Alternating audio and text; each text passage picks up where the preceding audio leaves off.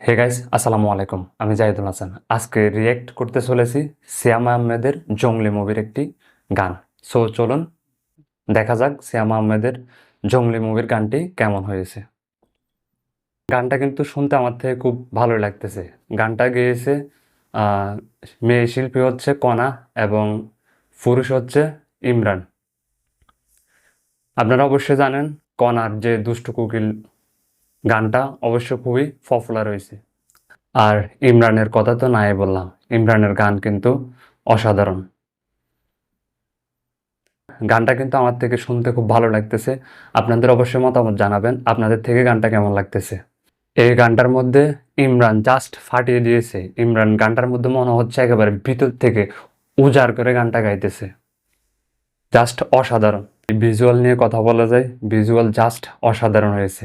এখানে জংলি মুভির যে সিয়াম আহমেদ, কিন্তু ওনার অভিনয়টা কিন্তু খুব সুন্দর হয়েছে।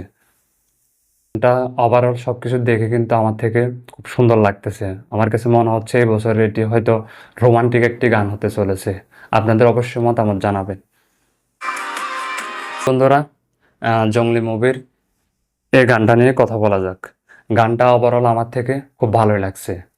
সো গানটার ভিজুয়াল, গানটার শ্যুটগুলো কিন্তু খুব দারুণ হয়েছে।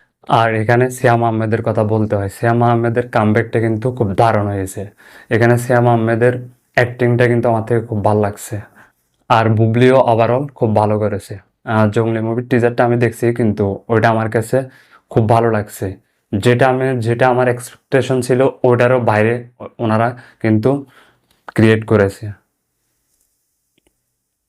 সো ওভারঅল জংলি মুভির গানটি কিন্তু খুব দারুণ হয়েছে।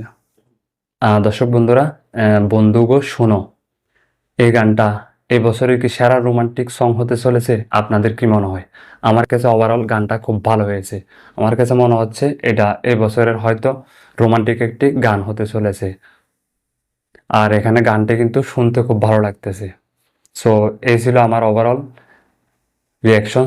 সো ধন্যবাদ সকলকে।